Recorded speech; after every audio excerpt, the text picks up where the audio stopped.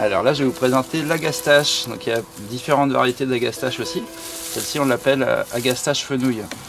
Alors là, je l'entoure un peu de paille, comme elle est dans un pot en plastique noir.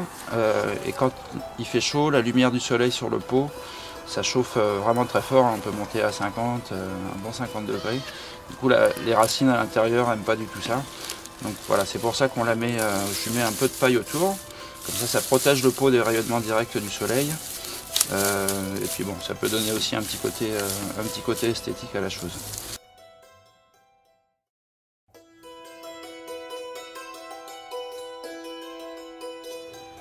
Alors donc l'agastache fenouil, c'est celle-ci, donc elle fait des jolies petites fleurs bleues, donc on peut la cultiver à la fois comme plante ornementale.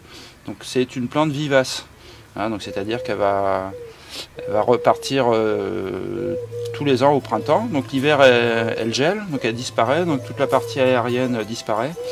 Alors moi ce que je fais au jardin, c'est que je laisse quand même la partie aérienne, même si elle est sèche, je la coupe pas, je la recoupe qu'au printemps, une fois que ça repart autour du pied. Comme ça permet de la visualiser dans le jardin. Parce que des fois on a des plantes et puis on ne sait plus trop où est-ce qu'elles sont, surtout une fois que l'hiver est passé.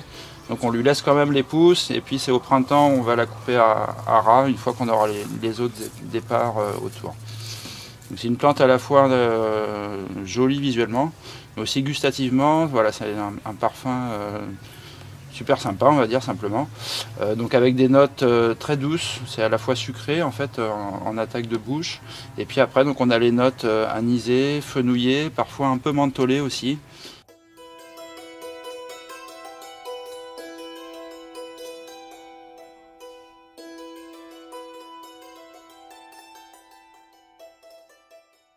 Alors, au niveau des utilisations culinaires, bon, ben, moi la dernière fois que j'en ai mangé c'était avec du poisson de Loire. Et ça se marie bien parce que l'agastache elle a ses notes aromatiques, mais elle n'est pas aussi puissante que de la sarriette ou du thym ou du romarin, ce qui fait qu'elle laisse la place aux autres saveurs du mets avec laquelle on la consomme. L'agastache, on la consomme crue, hein, donc on peut aussi la faire cuire. On peut aussi poser sur un plat cuit, donc je vous parlais du poisson tout à l'heure. Une fois que le poisson est préparé, on pose simplement la feuille sur le poisson. La chaleur du poisson va réveiller les parfums de la plante. Et puis on peut aussi consommer les fleurs. Voilà, donc on mange les petites fleurs qui ont les mêmes notes aromatiques hein, que la feuille. Avec quand même un peu plus de profondeur. En général, les fleurs sont... c'est là où il y a les huiles essentielles aussi de la plante. Donc voilà, c'est un peu plus fort en bouche que la feuille qui contient plus d'eau et qui est souvent plus douce. Donc il y a différentes variétés, hein. Donc celle-ci c'est l'agastache fenouil.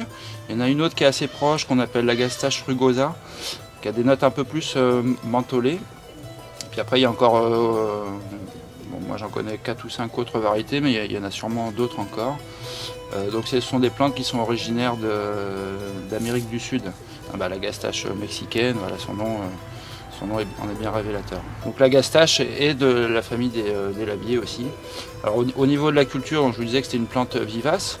Et puis on peut aussi très facilement récolter les graines sur cette plante, parce qu'elles arrivent à maturité. Il y a certaines plantes où on n'arrive pas à avoir des graines, mais celle-ci, il n'y a pas de souci. Elle fait beaucoup de graines qui sont souvent très fertiles.